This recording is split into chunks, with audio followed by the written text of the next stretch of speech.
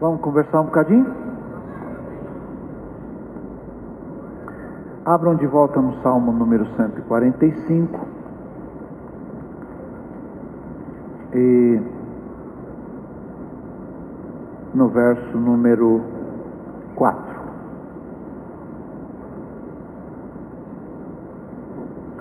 Salmo número 145, o verso é o número 4.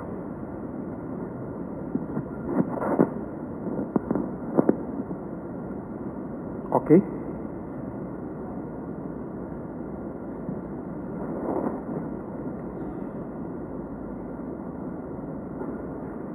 Quem já achou, diga eu achei, pastor.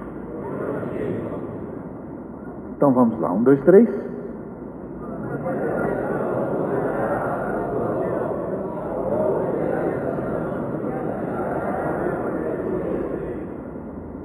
Uma geração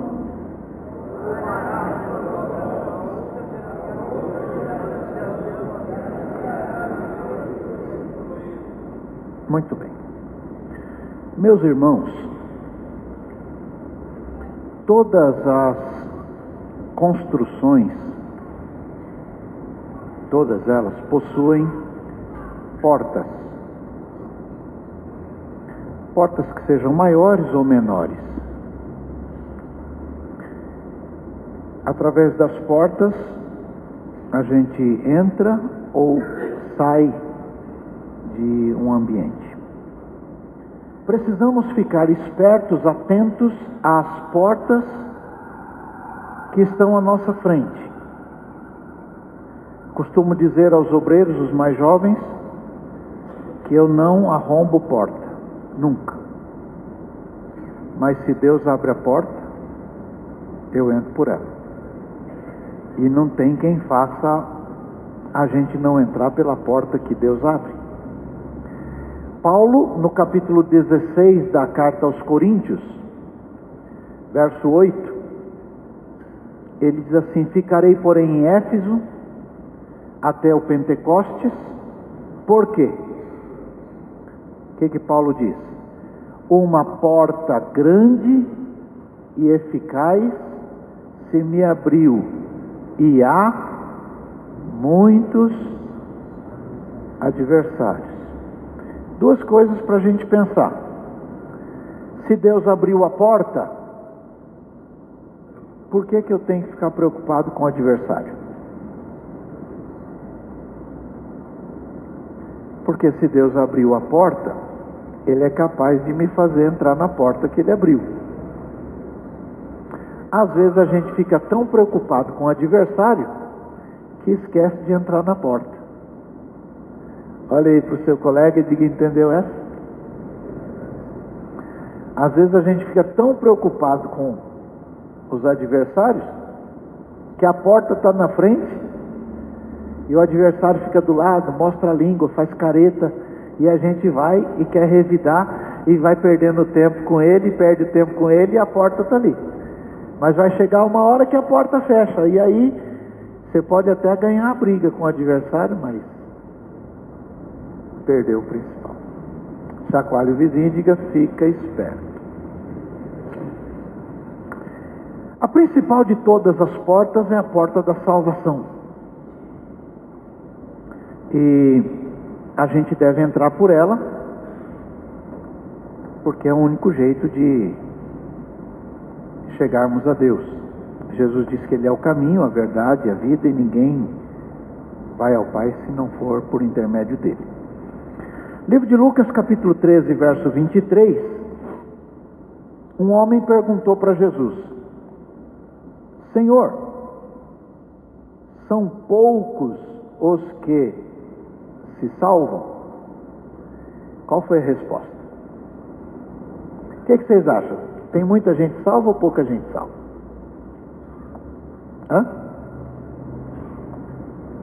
Senhor, são poucos os que se salvam? Foi a pergunta que fizeram para Jesus. Qual foi a resposta de Jesus?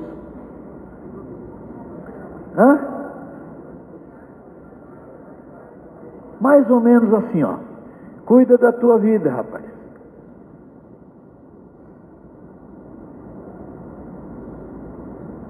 porfiai por entrar pela porta, porque eu vos digo que muitos procurarão entrar e não poderão.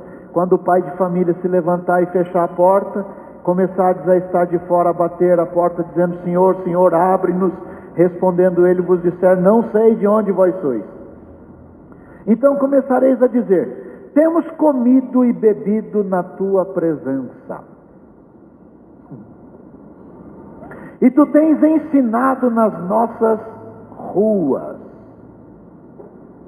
E ele vos responderá: digo-vos que não sei de onde vós sois. Apartai-vos de mim, vós todos os que praticais a iniquidade. Ali haverá choro e ranger de dentes, quando virdes Abraão, Isaque e Jacó, e todos os profetas no reino de Deus, e vós, lançados fora.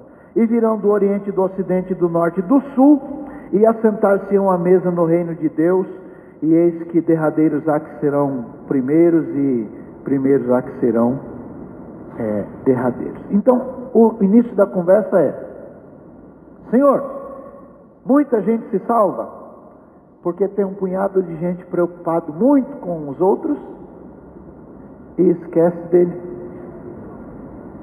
E a resposta de Jesus é: cuida da tua vida, rapaz. Entenderam bem? O que a Bíblia diz? Tem cuidado de ti mesmo. Diga aí. E da doutrina. Por quê? Fazendo isto, diga, você vai se salvar. Salvarás tanto a ti mesmo como aos que te ouvem. Porque o que adianta salvar um montão de gente e depois ir para o caldeirão do encardido? Entenderam bem, sim ou não? Então, nessa porta que Deus abriu, se pode entrar a partir de alguns aspectos. Consciência de que foi o amor de Deus que abriu essa porta. João 3,16, porque Deus amou o mundo de tal maneira que deu seu Filho unigênito, para que todo aquele que nele crê não pereça, mas tenha a vida. Então quem abriu a porta foi Deus, o amor de Deus. Segundo, a consciência de que todo homem é pecador diante de Deus, mas pode vir a ser salvo por ação da misericórdia e da graça de Deus. Não há ninguém neste mundo, nenhuma pessoa, que esteja excluído da possibilidade de salvação. Romanos capítulo 3, verso 20, vai lá. Romanos 3, 20.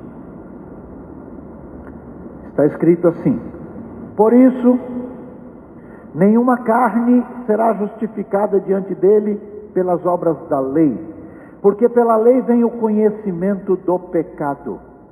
Pela lei vem o conhecimento do pecado. É a lei que diz que a gente peca. Mas agora se manifestou sem a lei a justiça de Deus, tendo o testemunho da lei e dos profetas. Isto é, a justiça de Deus pela fé em Jesus Cristo, para todos e sobre todos os que creem. Porque não há diferença diferença nenhuma entre as pessoas. Por quê? Porque todos pecaram e destituídos estão da glória de Deus. Bom, sendo justificados gratuitamente pela sua graça, pela redenção que há em Cristo Jesus, ao qual Deus propôs para a propiciação pela fé no seu sangue. Para quê? Para quê, gente? Para demonstrar a sua justiça pela remissão dos pecados dantes cometidos sob a paciência de Deus, para demonstração da sua justiça nesse tempo presente, para que ele seja justo e justificador daquele que tem fé em Jesus. Bom, o terceiro aspecto é a consciência de que a graça não é de graça. Diga aí. Aí alguém vai dizer, eu tenho que pagar? Não. Você não tem que pagar, mas alguém pagou. Olha aí para o coleguinha, você não tem que pagar, mas alguém pagou. Quanto custou? Quanto custou, gente? Diga, custou o sangue de Jesus. Diga. Na primeira carta aos Coríntios, capítulo 15, verso 1, diz assim: também vos notifico, irmãos, o evangelho que já vos tenho anunciado, o qual também recebestes e no qual permaneceis. No qual também permaneceis. Pelo qual também sois. Então, pelo evangelho vocês são, vírgula, sem salvos, vírgula, se há uma condição.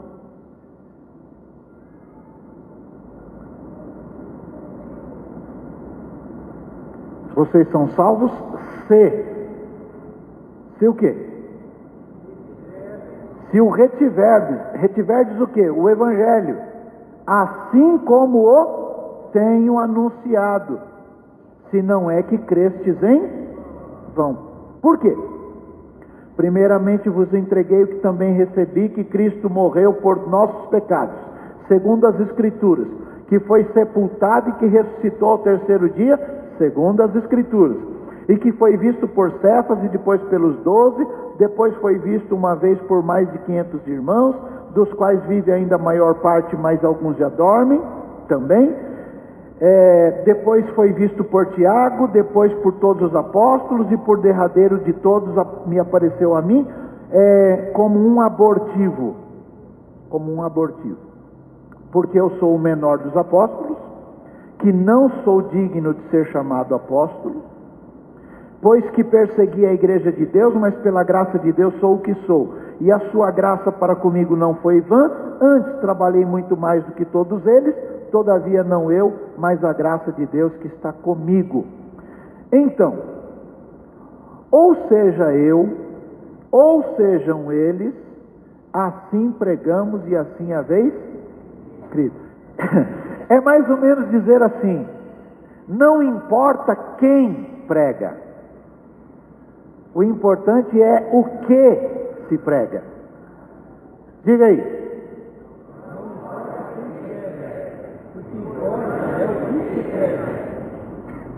Tem muita gente que quer ser o suprassumo da excelência dos pregadores, não sei. O mais importante não é quem prega, o mais importante é o que se prega, porque aquilo que se prega é que salva, não é o pregador que salva. Entenderam bem, sim ou não? Então, a salvação requer perseverança, porque se a gente não retiver o evangelho do jeito que a gente recebeu, então a gente corre o risco de perder o rumo. E tem um punhado de gente perdendo o rumo por aí, porque conheceu o evangelho e agora fica misturando um punhado de bobagem, porque apareceu alguém que acha que inventou a roda, que acha que a igreja não sabia nada, que Deus revelou só para ele, depois de 2000 anos ninguém sabia nada, só ele que sabe agora. Chacoalhe o vizinho e diga: fica esperto. Também, a graça de Deus não persegue os perseguidores. Diga aí. A graça de Deus busca com amor e com misericórdia, sabendo que as bobagens que fez na sua ignorância. Então, crente que é crente não fica com espírito de vingança. Te pego na esquina, irmão, Mexeu comigo, Deus vai te colocar na mesa. Mexeu comigo, você vai para o leito da enfermidade. Tem uns crentes que têm esses aspectos de macumba assim ainda. Chacoalhe o vizinho e diga: a graça de Deus não persegue o perseguidor. Às vezes alguém fez mal para você, você é salvo. Você não precisa começar a orar e jejuar para Deus matar o sujeito. Por que você não ora e jejua para Deus salvar ele? Sabe aquele vizinho chato que vive te perturbando? Então, ao invés de você orar para cair um raio na casa dele, por que você não ora para Jesus salvar ele? Terceiro, mais importante do que o pregador é a mensagem e o resultado daquilo que é alcançado pela palavra. Que a palavra vá e produza o resultado para o qual ele está sendo enviado. Porque a palavra é de Deus. Por isso o pregador que tem juízo não prega o que pensa. O pregador que tem juízo prega a palavra de Deus, tal qual recebeu de Deus. Perfeito? Número 4, preciso ter consciência de que se não crer não vai ser salvo. E isto requer trabalho e testemunho da igreja. Por que requer trabalho e testemunho da igreja? Porque a fé vem por quê? E como é que vão ouvir se ninguém fala? Então, Romanos capítulo 10, verso 8, vai lá. Mas que diz: a palavra está junto de ti, na tua boca e no teu coração, isto é, a palavra da fé que pregamos. A saber, se com a tua boca confessares ao Senhor Jesus e em teu coração creres que Deus o ressuscitou dos mortos, serás, visto que com o coração se crê para a justiça e com a boca se faz confissão para a salvação. Por quê? Porque a Escritura diz: todo aquele que nele crer não será confundido, porquanto não há diferença entre judeu e grego, porque um mesmo é o Senhor de todos, rico para com todos os que o invocam, porque todo aquele que invocar o nome do Senhor será. Como, pois, invocarão aqueles em quem não? Como é que a gente espera que alguém clame por Deus se eles não creem em Deus? Como, pois, invocarão aquele em quem não creram? E como é que crerão naquele de quem nada ouviram? E como é que ouvirão se não há quem pregue? E como é que pregarão se não forem enviados? Como está escrito: conformosos os pés daqueles que anunciam a paz, daqueles que anunciam boas novas. Ora, aí é que entra o papel da igreja. Como é que as pessoas vão ouvir de Deus se a igreja não envia? Há um punhado de gente que imagina que o mundo se resume à sua vila, à sua cidade, seu estado. Mas não é. O mundo é grandão. E tem um punhado de gente se perdendo.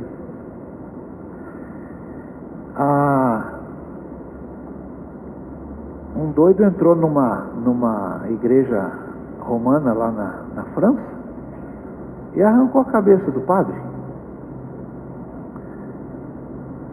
Aquele montão de gente que está lá precisa ouvir de Jesus, porque estão tudo perdidos.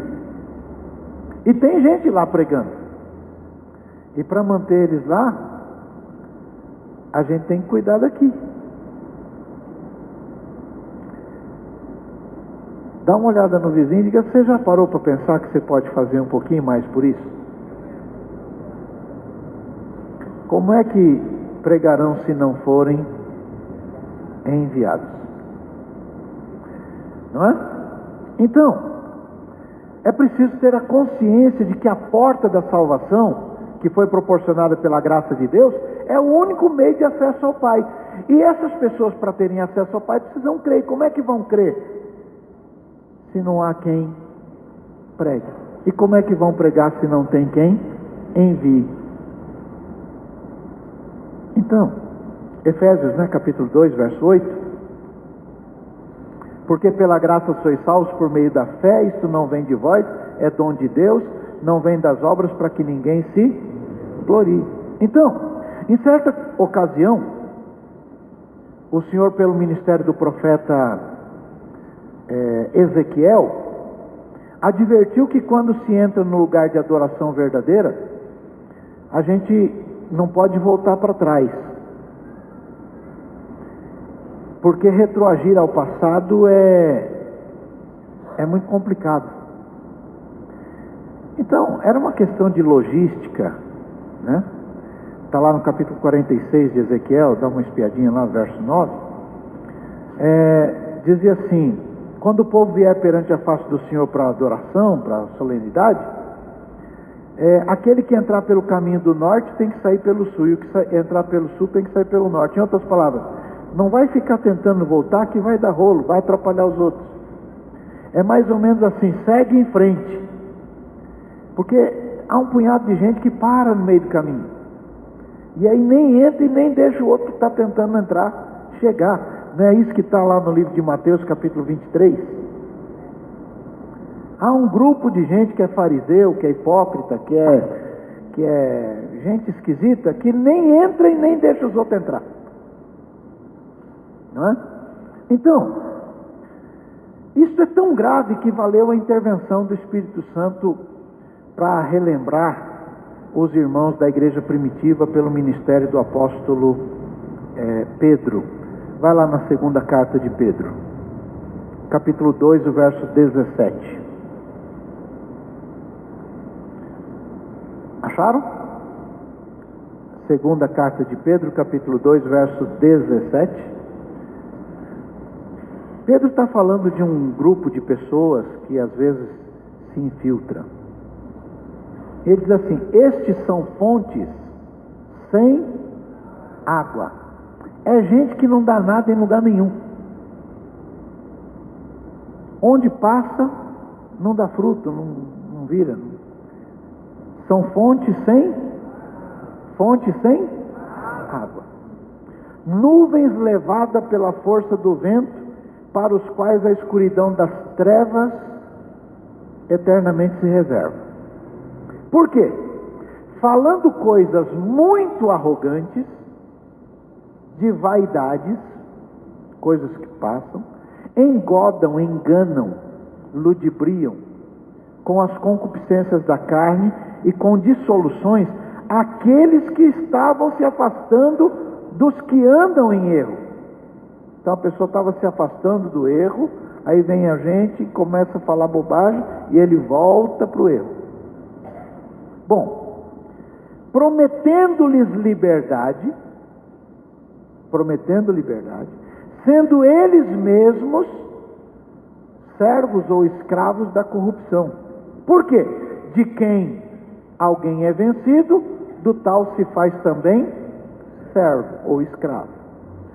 Porquanto, se depois de terem escapado das corrupções do mundo, pelo conhecimento do Senhor e Salvador Jesus Cristo, forem outra vez envolvidos nelas e vencidos, tornou-se-lhes o último estado pior do que o primeiro. Porque melhor lhes fora não conhecerem o caminho da justiça, do que conhecendo, desviarem-se do santo mandamento que lhes foi dado.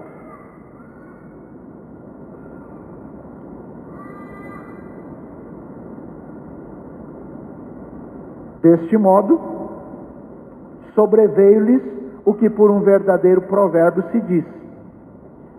Qual é o provérbio? O cão voltou ao seu próprio vômito, e a porca lavada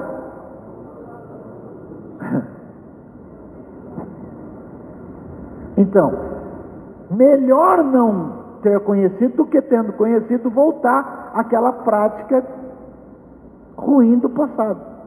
Por quê?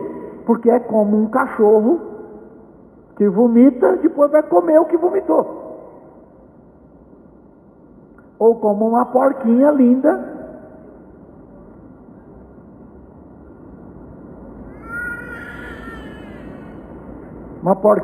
que a gente dá um banho bonitinho e depois solta e ela corre de novo para onde? Para lá. Então, o que a Bíblia diz é que a porta da salvação proporciona alegria, mas tem um monte de gente que promete certas liberdades, e se a gente não ficar esperto, ele engana e leva a gente para o erro de volta. E se a gente voltar para o erro, é como ter vomitado e voltar e comer tudo que vomitou. Chacoalha o vizinho, ninguém entendeu bem isso? Sim ou não? Muito bem. Hebreus capítulo 6, verso 7, vai lá. Acharam? Porque a terra que embebe a chuva,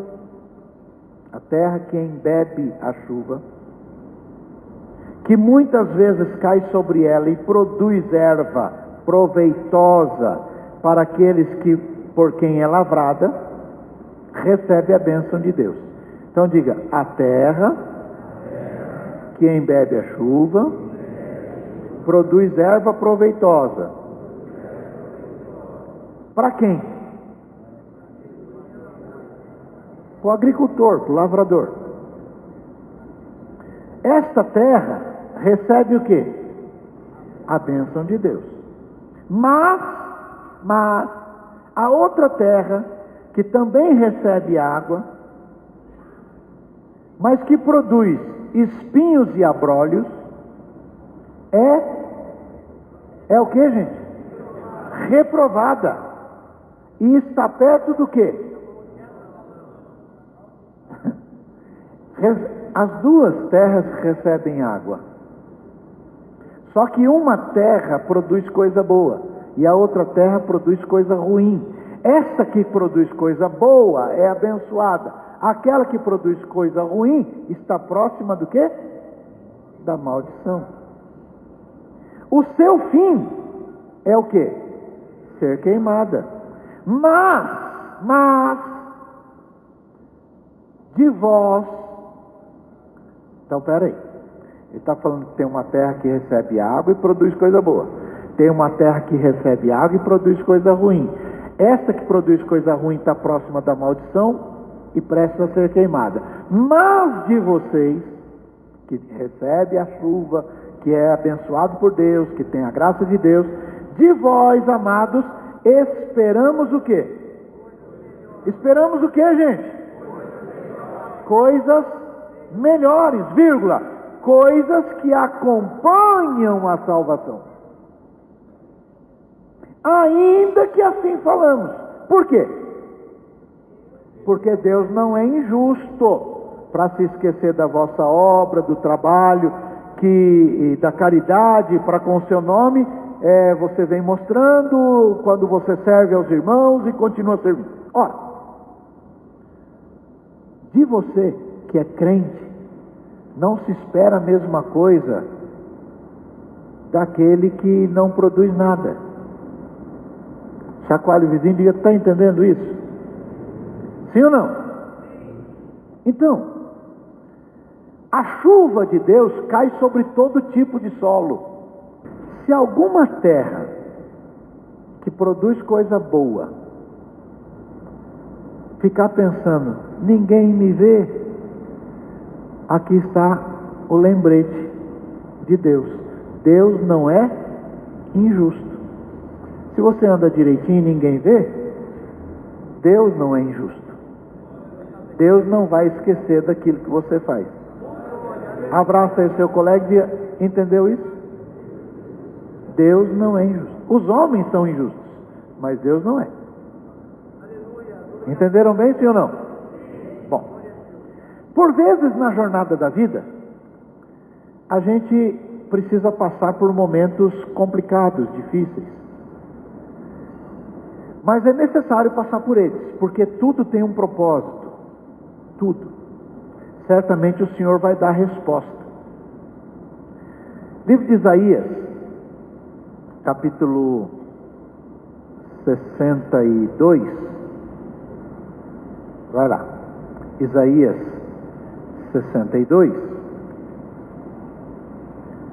verso 6. Diz assim: ó Jerusalém, sobre os teus muros eu pus guardas, que todo dia e toda noite de contínuo não se calarão. Ó vós, os que fazeis menção do Senhor, não haja silêncio em vós, nem estejais em silêncio até que confirme e até que ponha a Jerusalém por louvor na terra. Jurou o Senhor pela sua mão direita e pelo braço da sua força: nunca mais darei o teu trigo por comida aos teus inimigos, nem os estranhos beberão o teu mosto em que trabalhaste, mas os que ajuntarem o comerão, e louvarão ao Senhor, e os que colherem beberão nos átrios do seu santuário. Aí vem: passai, passai pelas portas, preparai o caminho ao povo, aplainai a estrada, limpai-a das pedras, arvorai a bandeira aos povos. Eis que o Senhor fez ouvir até a extremidade da terra. Dizei à filha de Sião: eis que a tua salvação vem, eis que com ele vem o seu galardão e a sua obra diante dele. Chamar-lhe-ão povo santo, remidos do Senhor, e tu serás chamada procurada, cidade não desamparada. Então, há momentos que se precise passar por coisas que a gente preferia não passar, mas uma hora Deus faz cessar o problema. O que diz o Salmo 46? Faz cessar a guerra até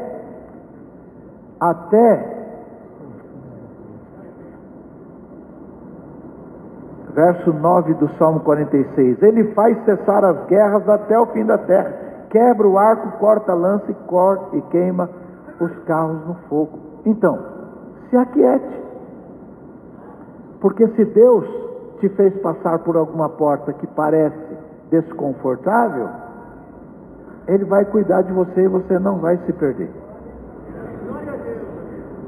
Diga: ainda que eu andasse pelo vale da sombra da morte. Olha bem para o colega e diga: significa que tem dia esquisito. Diga: tem dia esquisito. Quem acha bonito passar num vale desse? Então, ainda que eu tivesse que passar por lá, não temeria. Por quê? Porque tu estás comigo. Abraça o vizinho e diga: boa notícia. Deus não vai deixar você sozinho. Aliás, olha para ele com uma cara de inteligente e diga: nunca. Você nunca vai ficar sozinho.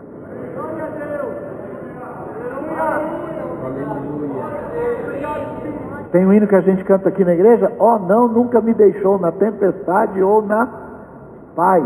Ó não, nunca me deixou. O Senhor nunca me deixou. Levanta a mão e diga: Ele não vai me deixar nunca.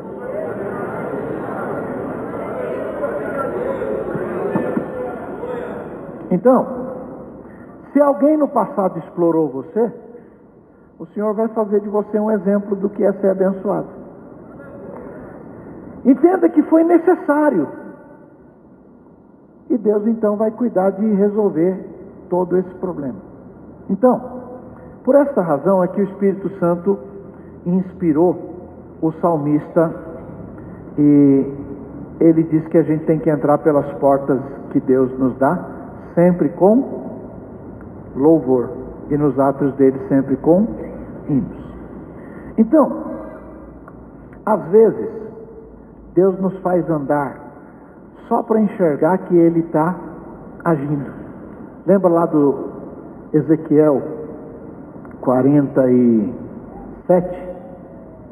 Vai lá, Ezequiel 47, verso 2. Ele me tirou pelo caminho da porta do norte, me fez andar, dar uma volta pelo caminho de fora, até a porta exterior, pelo caminho que olha para o oriente, e eis que corriam águas desde a banda direita. Saiu aquele homem para o oriente, tendo na mão um cordel de medir, mediu 1000 côvados, e me fez, diga aí, mediu e me fez passar águas que davam pelos arteiros. Não é assim, eu queria passar, não é assim, é o rio do Espírito Santo e você tem que entrar. Não é isso que está escrito aí. Sabe aqueles pregadores que gostam de fazer cambota, né? Ah, o rio está passando, você só está no pé. Não é isso que está escrito aí. Ele me fez passar. Não é uma coisa voluntária, não. Não. Vem cá, você tem que passar aqui. A água que dá lá no pezinho, no arteiro. Aí ele mediu mais um pouquinho e a água dava na onde? No joelho. Quando a água deu no joelho, o que fez? Não, gente, quando ele mediu mais 1000 e a água deu no joelho, o que ele fez? Mandou passar de novo. Ele me fez, depois mediu outra vez, e ele me fez passar. E depois a água já não dava mais para passar andando, teve que ir nadando. Isso quer dizer, boiando, ninguém nada se não estiver boiando. É mais ou menos estar entregue. Então, a gente às vezes dá uma voltinha só para perceber que o Espírito Santo está trabalhando. E que Deus faz a gente passar por aquilo para ensinar a gente que quem cuida de nós é Ele.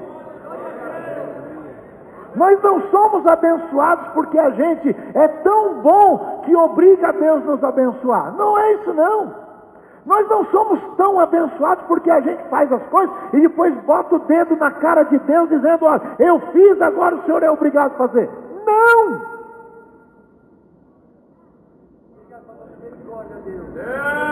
Nós somos abençoados porque Deus é misericordioso. E se nós tivermos juízo, a bênção de Deus virá sobre nós. O que diz Deuteronômio 28? Essas bênçãos te perseguirão, te seguirão, e elas virão sobre ti, e elas te alcançarão. Olha bem para o colega que é só ter juízo. Porque se a gente não tiver juízo, a gente vai viver doido atrás de bênção e a gente não precisa viver doido atrás de bênção. É a bênção que vem atrás da gente. Chacoalho vizinho, ninguém entendeu isso, irmão. É tanta campanha para todo lado, e vem para a campanha, e vem. É só entender a palavra. O problema é que a gente prefere fazer campanha do que obedecer a palavra. Porque obedecer a palavra é muito chato. Bom mesmo é fazer campanha. Vem para cá que eu vou te dar a água benta do Rio Jordão. Agora vem que eu vou te dar o olhinho santo consagrado no monte não sei do que. Agora vem para cá que você vai passar debaixo da porta, das 7 portas da esperança. E vamos. Dá um abraço bem carinhoso no vizinho, diga, o evangelho é simples, irmão. Fala para ele, a gente só tem que ter juízo.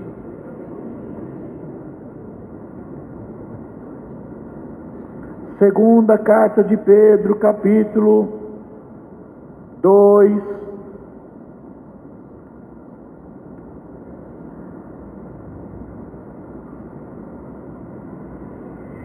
Nós já lemos, já? Ou não? Já ou não? Verso 17. É só ler. Tem um punhado de gente aí que engana a turma. Olha o que está escrito.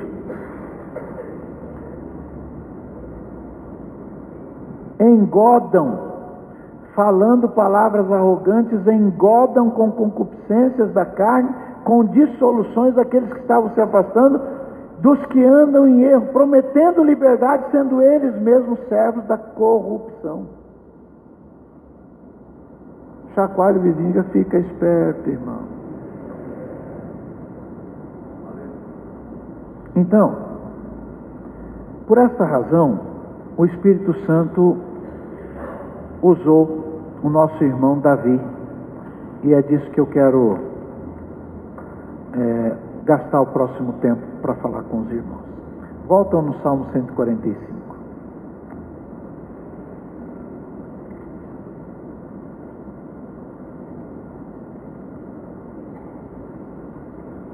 Chegaram? Veja o verso 4. Uma geração vai contar para outra geração, ok? Bom, a palavra geração na Bíblia é muito importante, porque é ela que faz toda a ligação nossa com Deus. Toda, completa. Vai lá no livro de Lucas.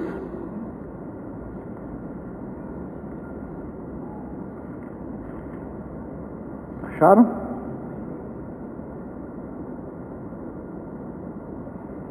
Capítulo 3.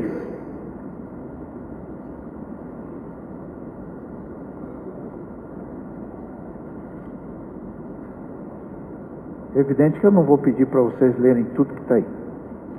Mas dá uma olhadinha no verso 37 e 38 só. Vai lá. Leia.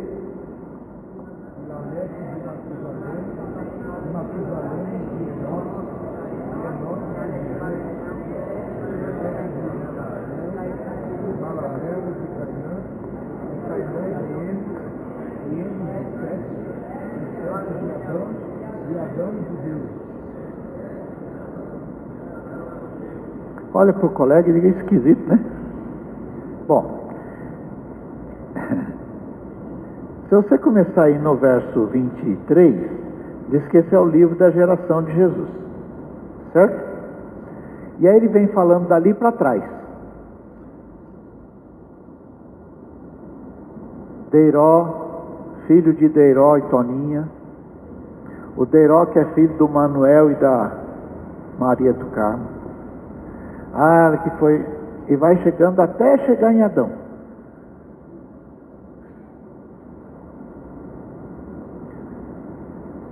Olha bem para o seu colega e diga, guarda isso no seu coração. Geração é aquilo que nos une e que conta para todos nós. Diga que a gente veio tudo do mesmo lugar. A não ser que tenha alguém aqui que veio de outro lugar. Eu vim de Adão, e Adão veio de Deus. Você veio de quem? Hã? É por isso que na casa de Deus não cabe acepção, porque todos nós somos irmãos. Veio tudo do mesmo lugar. Abraça o vizinho que entendeu? Tem gente que vive de nariz empinado, achando que é muita coisa. Agora, o livro de geração mostra uma coisa muito importante para nós. A responsabilidade que nós temos de manter acesa a chama do conhecimento que Deus nos deu. Então vamos pensar. O Salmo 145 é o último salmo de Davi. O último de Davi. É um salmo de adoração, de reconhecimento, de celebração. É um salmo de adoração por tudo que Deus fez, por tudo que Deus é, por tudo que Deus faz. E nos chama a responsabilidade. Uma geração conta para outra geração, conta o quê? Ou louvará as tuas obras. Louvar aqui é elogiar. Uma geração vai elogiar as obras de Deus para outra geração. Quando a gente conhece e desfruta das bênçãos de Deus, nasce em nós uma responsabilidade. Diga, quando a gente desfruta da bênção, nasce em nós uma responsabilidade. Qual é a responsabilidade? Saber por que a gente está aqui. Quem sou eu, de onde vim, para onde eu vou? Qual é a razão de eu estar onde estou? Por que é que Deus achou que eu devia estar aqui agora? Por que é que Deus achou que você devia morar onde mora? Ou trabalhar onde trabalha? Ou estudar onde estuda? Essas perguntas reclamam respostas. E tudo isso está inserido nesta nossa responsabilidade. Quando a gente estuda sobre família na Bíblia, a gente logo depara com essa palavra geração. E o que traz certa dose de impacto, porque revela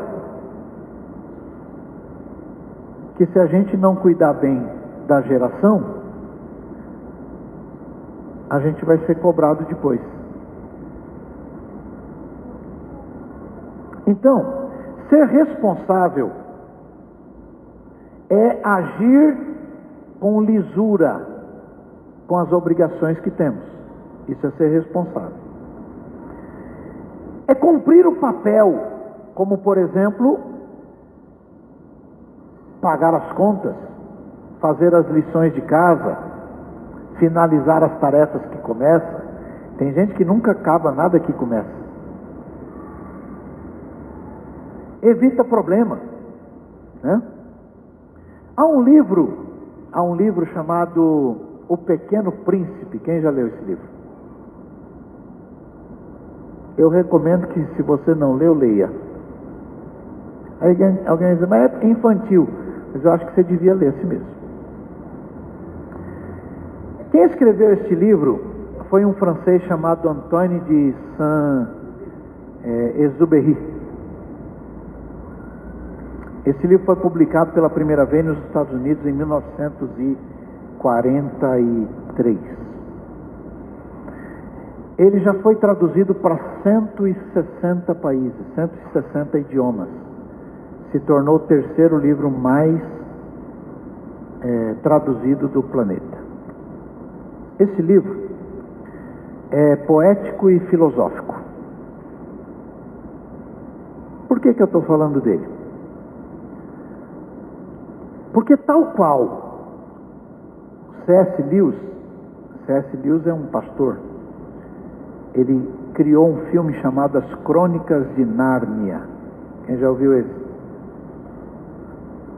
Neste filme, As Crônicas de Nárnia, que tem alguns episódios, ele narra a saga de alguém que pode se perder pelo caminho, mas que pode ser salvo pelo grande leão.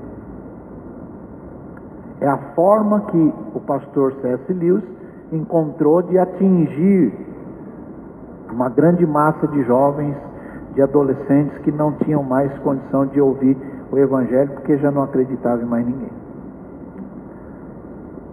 Porque essa história de geração é tão importante, irmãos,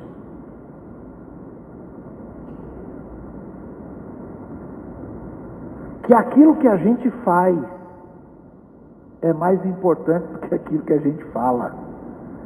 Porque tem um monte de jovem que já não aguenta mais ouvir, se não tem exemplo dentro de casa ou dentro da igreja. Entenderam bem, sim ou não? Então, este livro foi escrito para ensinar, segundo as bases de orientação bíblica, a responsabilidade para as crianças, como uma grande virtude. A linguagem é acessível, é clara, narra a amizade entre um homem que foi frustrado porque ninguém entendia os desenhos dele, e um menino, um príncipezinho, que habita no asteroide. Bom, é uma parábola literária. E ela deixa algumas frases, eu queria lembrar de umas 5 ou 6 frases aí. Primeira, o essencial é invisível e só se pode ver com o coração. É uma forma de dizer que o verdadeiro valor de alguém não é enxergado superficialmente, mas precisa ter o tempo da convivência. É o que a Bíblia ensina. Uma outra. O tempo que você dedicou à rosa é que fez da rosa algo tão importante. É dizer de outra maneira que o que torna alguém importante é o tempo que você está disposto a investir nela. Você não pode dizer que alguém é importante se você não está disposto a gastar seu tempo com aquela pessoa. Terceiro, se você vem às 4, eu começo a ficar feliz às 3. É dizer em outra forma que a alegria da comunhão é algo que contagia e que vale a pena. Tem uma outra.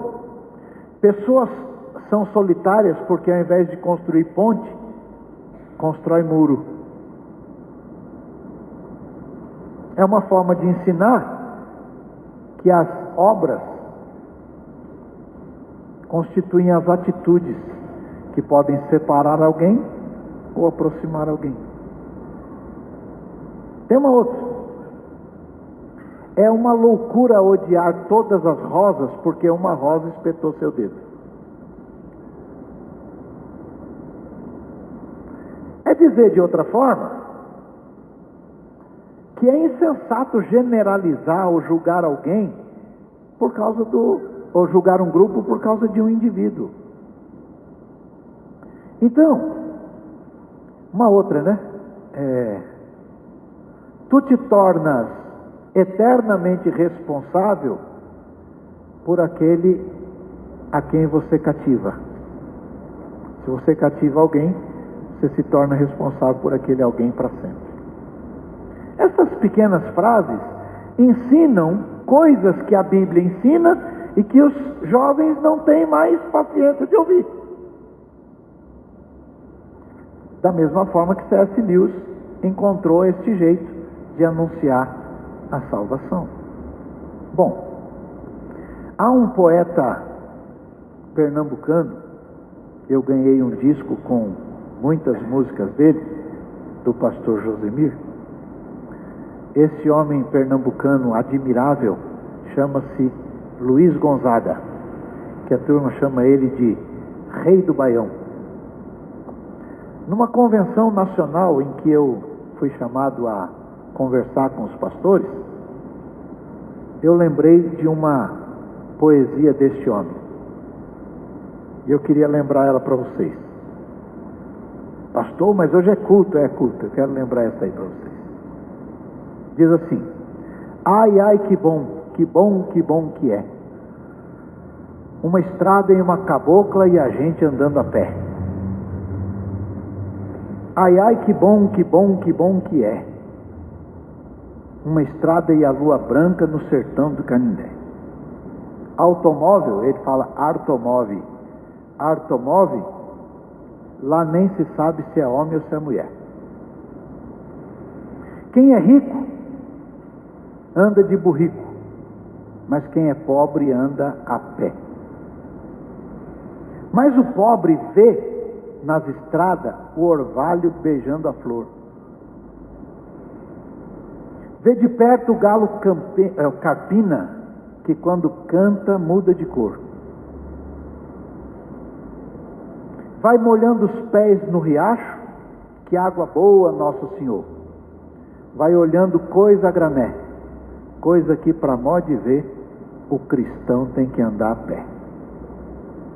O que ele está dizendo? É que quando a gente é muito importante, a gente esquece da essência da vida. A gente acha que conhece muito lugar, porque pega um avião e sai daqui e desce lá. Mas quem conhece mesmo é aquele que vai pelo caminho. A vida é cheia de um monte de coisa. Eu falei com a igreja aqui, que o bom da vida é viver. Abraço o vizinho e diga: o bom da vida é viver. Porque em tudo que a vida tem, Deus tem coisa para nos ensinar. Absolutamente nada acontece sem que Deus tenha alguma coisa para te ensinar. Então, como disse, nos chama a atenção o que está no verso 4 do Salmo 145. A palavra geração. Porque quando Deus olha para alguém, Ele não olha só para aquele alguém, Ele olha para aquele alguém e para a sua geração. Porque o Senhor aborrece até a 4ª geração de gente que perturba Ele, mas Ele abençoa até 1000 geração daqueles que lhe obedecem. Olha bem para o colega e diz: você entendeu isso?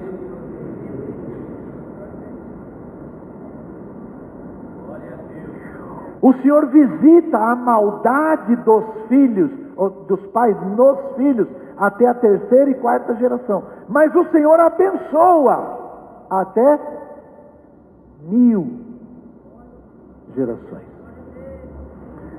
Você se lembra como é que Deus começou a mudar a sua história ou a história da sua família? Eu sei da minha, já contei para vocês. Toda vez que eu posso, eu procuro dar uma espiadinha na minha história, para ver quando é que foi o ponto, o marco em que Deus começou a mudar a nossa história.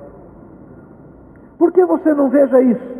E se lembre que Deus vai visitar até 1000 gerações, se você tiver juízo de uma geração, contar para outra geração a bênção de Deus. Abraça o seu colega e diga: você entendeu isso agora? Então, na língua grega, tanto quanto na língua hebraica, nos dois idiomas, a palavra geração significa nascimento, descendência, raça ou família. Na língua portuguesa, significa o ato de gerar. Significa produzir em grau de filiação, linhagem, genealogia, duração média da vida. Essa palavra está relacionada a ter filhos, chamando safra a próxima geração. Isaías 41, verso 2, vai lá. Quem suscitou do Oriente o justo e o chamou para o pé de si? Quem deu às nações a sua face e o fez dominar sobre reis? Ele os entregou a sua espada como pó e como pragana arrebatada do vento ao seu arco. Ele persegue-os e passa em paz por uma vereda em que com os seus pés nunca tinha caminhado. Quem operou e fez isso? Chamando as gerações desde o princípio. É aquilo que nós vemos lá no livro de Lucas. A gente tem que olhar para trás e ver qual foi o momento que Deus começou a mudar a nossa história. A história da minha família começou a mudar em 1947, quando alguém pregou o Evangelho e eles entregaram a vida para Jesus. Nas palavras que o Espírito Santo deixou registrado na palavra de Deus, quando Davi comprou o terreno para fazer aquele holocausto no lugar que hoje, que posteriormente foi construído o templo, está escrito que quando Davi ofereceu ao Senhor, está escrito assim: e a praga cessou. Diga aí, há um momento na história, um marco, em que a praga cessa. E a partir dali, é outra coisa. Então diga, há um marco divisório, em que a praga cessa. Qual é esse momento? Quando encontramos a cruz de Cristo. Quando nós encontramos a cruz, toda maldição fica para lá, porque Ele carregou com Ele toda a nossa transgressão, e começa uma vida nova. Então, geração é gerar vida, é continuar a vida gerada. Ao longo do tempo, o período de uma geração foi diminuindo. Por exemplo, os cientistas dizem que uma criança de 9 anos hoje tem mais informação que um homem de 90 anos no final do século XIX. Uma criança de 9 anos hoje tem mais informação que um homem de 90 anos do final do século XIX ou começo do século XX. É muito rápido. Eu me lembro quando eu comprei para a empresa umas cartas. A carta do telefone celular. Era um papel da Telesp celular. Aquele papel valia o preço de um carro. Depois que a gente recebia a carta, a gente ia para fazer a inscrição, para ficar esperando o tempo de chegar. E aí chegava um telefone desse tamanho.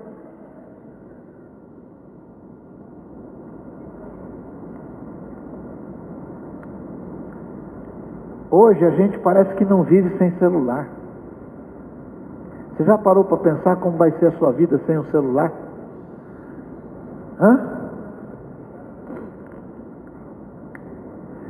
Lembra quando a gente ia para o orelhão com uma ficha? E depois ficou moderno, mudou de ficha para cartão.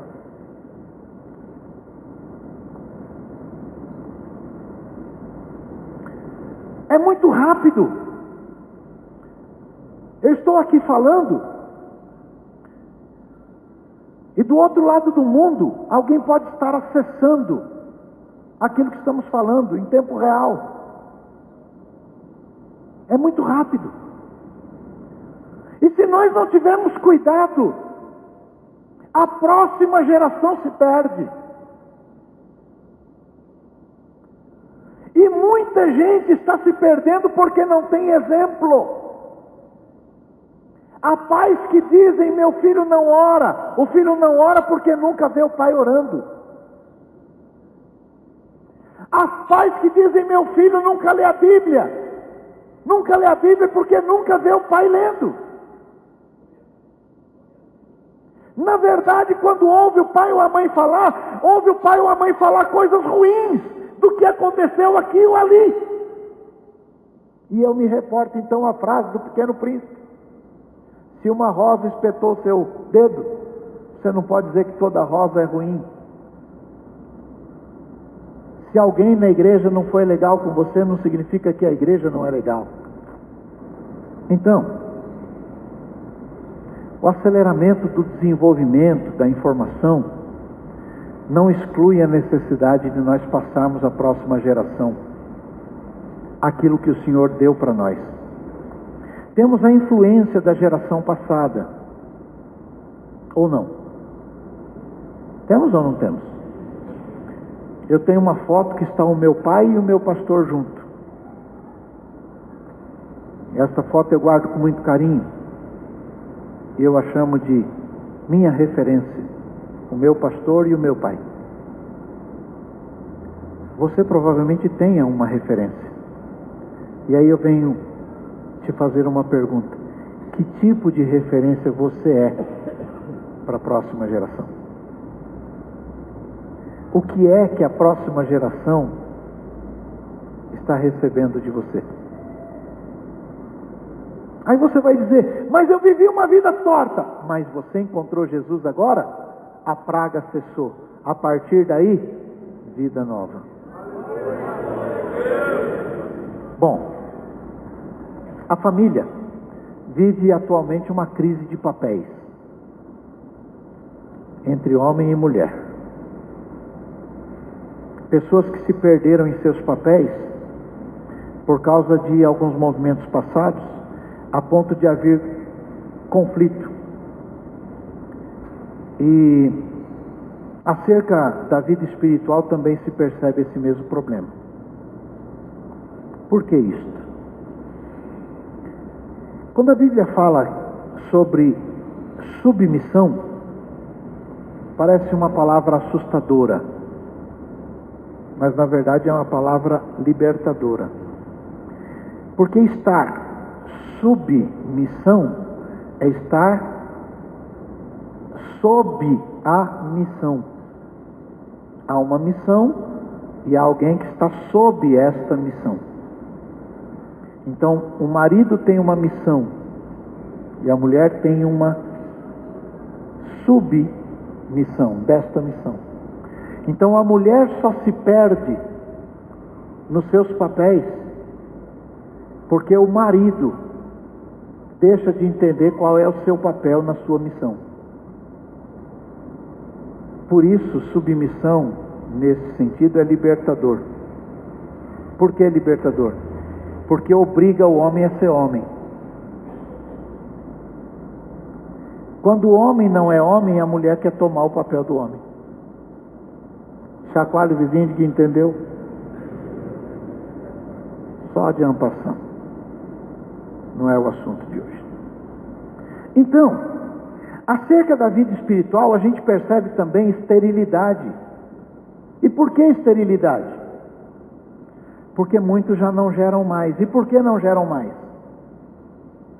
Porque foram contaminados por um sistema evangelístico de massa que atribui a poucas pessoas a tarefa da evangelização. E por que acontece isso? Eles esqueceram do papel. E qual é o papel? Diga. Ovelha gera. De novo. Quando a gente esquece disso, porque dá esta responsabilidade a uns poucos que vão para a televisão ou para o rádio, a gente diz, eles que façam, e eu vou sentar no meu banquinho domingo. Fico lá no meu banquinho, dou glória a Deus, falo aleluia, de vez em quando cai uma lágrima, e quando o negócio está bem alegre, eu dou umas piruletas. Só que a gente esquece que ovelha gera ovelha. É só lembrar da revista da Escola Bíblica Dominical. Quem aqui tem mais de 35 anos na igreja? Vocês vão lembrar de uma coisa. Revista para a Escola Bíblica Dominical e estava bem na capa. Cultos domésticos. Diga aí, revista para a Escola Bíblica Dominical. Cultos domésticos. Tem gente que acha que inventou a roda falando de célula.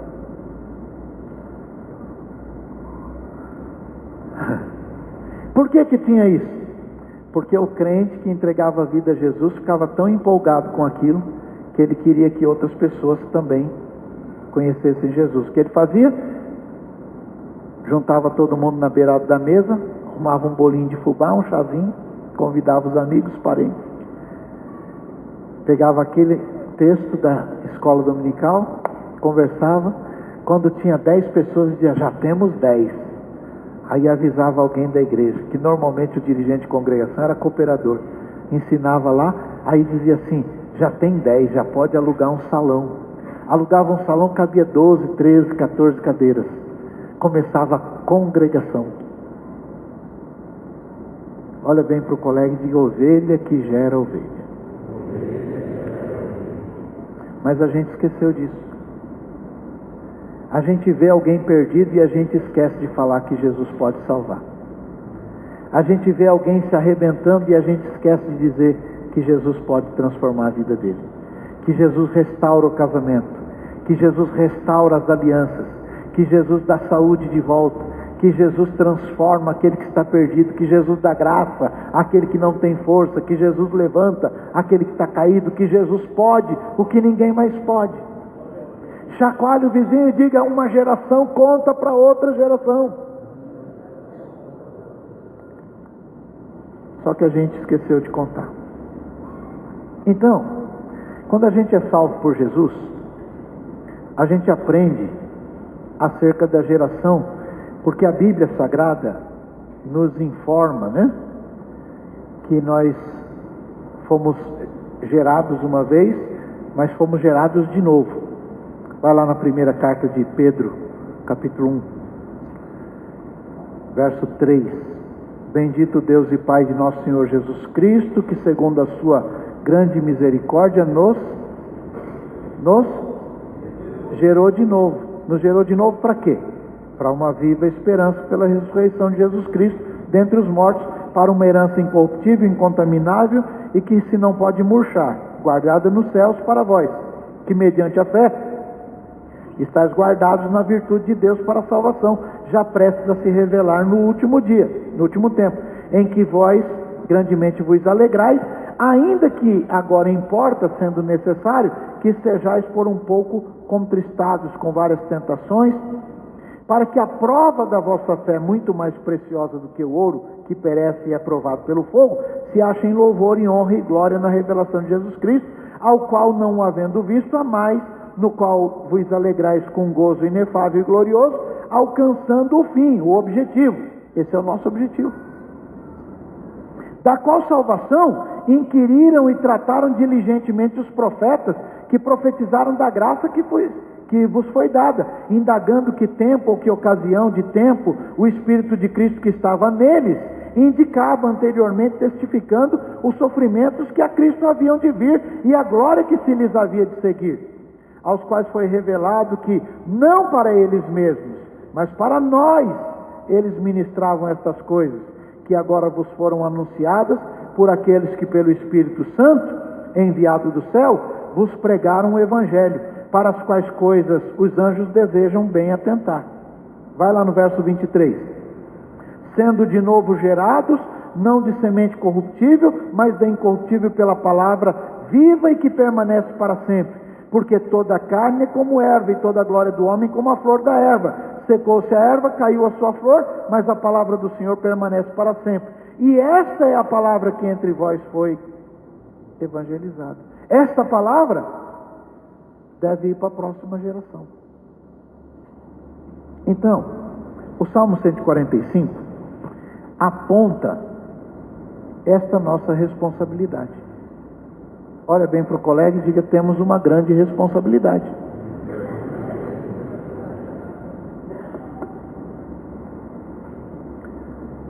Por que muitos filhos não oram? Porque já faz tempo que não vê o pai orando. Por que filhos às vezes não leem a Bíblia? Porque já faz tempo que não vê o pai lendo. Então, meus irmãos, nós somos chamados a contar os feitos do Senhor, mas para isso nós temos uma outra preocupação. Vai no verso 1 do Salmo 145. Qual é a primeira palavra que está escrita aí? A primeira palavra que está aí.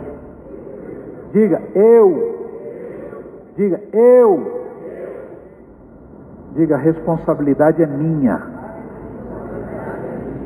não é dos outros. Diga: eu. Eu tenho que ter essa responsabilidade de exaltar a Deus. O que mais? Bendirei o teu nome. Mas eu te exaltarei, ó Deus, vírgula, Rei meu. Eu tenho uma responsabilidade porque eu tenho um rei, é meu rei. Ora, Cada dia eu bendirei e louvarei o teu nome. Não é cada dia as pessoas farão, eu farei. Eu farei. É responsabilidade nossa, para que a próxima geração seja impactada pelo poder de Deus. Nós temos responsabilidade. Bate aí no peito e diga: eu tenho responsabilidade.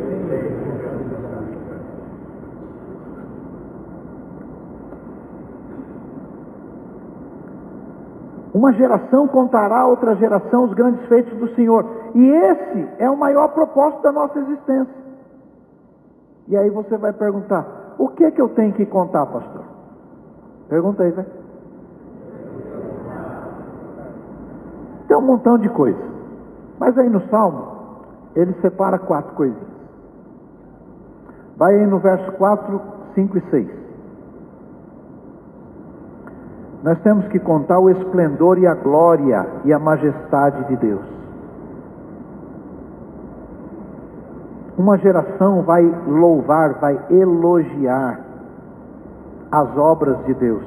A gente vai dizer para a próxima geração o que foi que Deus fez por nós.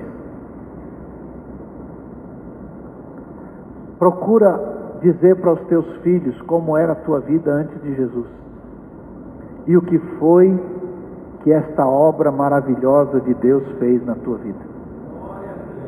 Conta, diga para a próxima geração a maravilhosa obra que Deus fez. De vez em quando eu faço um exercício com a minha mulher. Qual exercício? A gente fica lembrando de onde foi que Deus tirou a gente. Qual foi a trajetória de Deus? Qual foi o caminho que Ele traçou? O que a gente passou? Os dias complicados, difíceis, terríveis. Os momentos que a gente achava que não ia dar conta. Aquele momento que a gente, desesperado, subia numa laje para orar e não tinha o que falar e só dava um nó na garganta chorando. Mas o Senhor pegou na mão e foi conduzindo direitinho. Dá um abraço no seu colega e diga: conta para a próxima geração que Deus tem feito. Segunda coisa, está aí no verso 7, 8 e 9.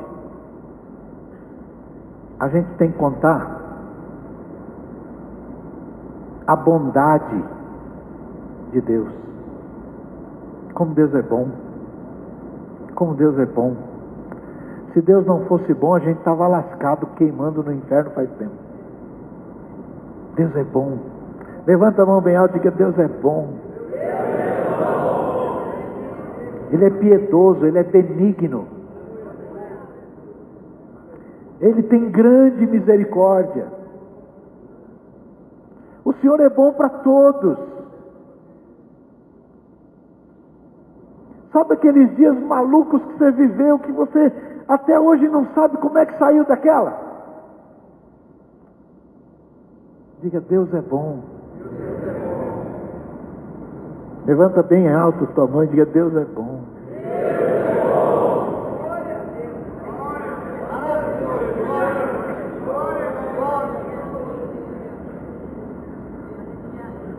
Tem mais uma aí, está no verso 10, 11, 12, 13. A paciência de Deus. Como Deus tem paciência. Se Deus tivesse a paciência igual nós temos, nós estávamos tudo perdidos. Deus tem paciência. Todas as obras de Deus vão louvar a Deus. Os santos de Deus vão bendizer a Deus. Vão falar da glória do reino de Deus e relatarão o poder de Deus, para que façam saber aos filhos dos homens as proezas de Deus, a glória da magnificência do reino de Deus. O reino de Deus é um reino eterno. E o domínio vai de geração a geração. Como Deus tem paciência, carinho, compaixão.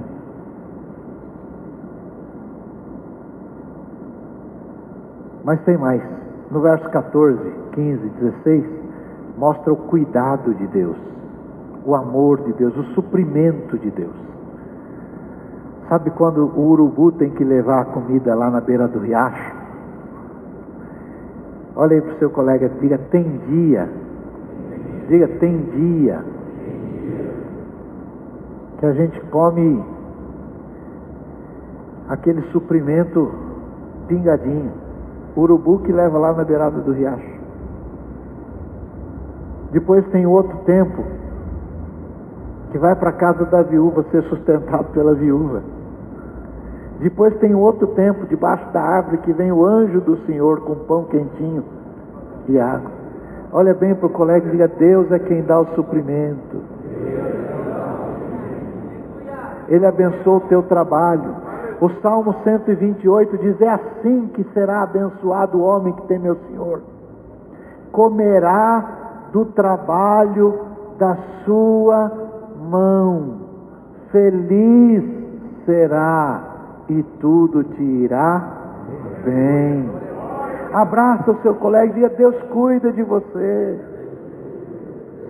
É assim que uma geração ouve, assimila, crê e começa a pensar em contar para a próxima geração.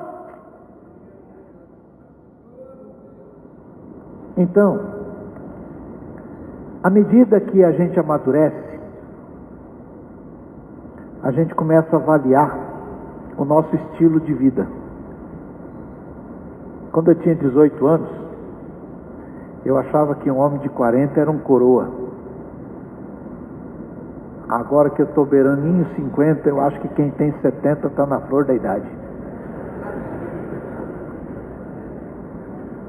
Então, a gente começa a pedir a Deus mais tempo para ensinar os outros, os novos obreiros, a continuarem a obra, a contar para os outros o que Deus tem feito, a colocar marcos que fiquem para a história. Por exemplo, qualquer crente dessa igreja que tem mais de 15 anos aqui nessa igreja, sabe o que significa aquela frase que está lá, ó. Todos eles sabem. Aquilo é um marco, é um memorial, é uma referência da ação de Deus. Deus é poderoso para fazer mais do que a gente pede. Deus é poderoso para fazer mais do que a gente pensa. Deus é poderoso, a Ele seja a glória.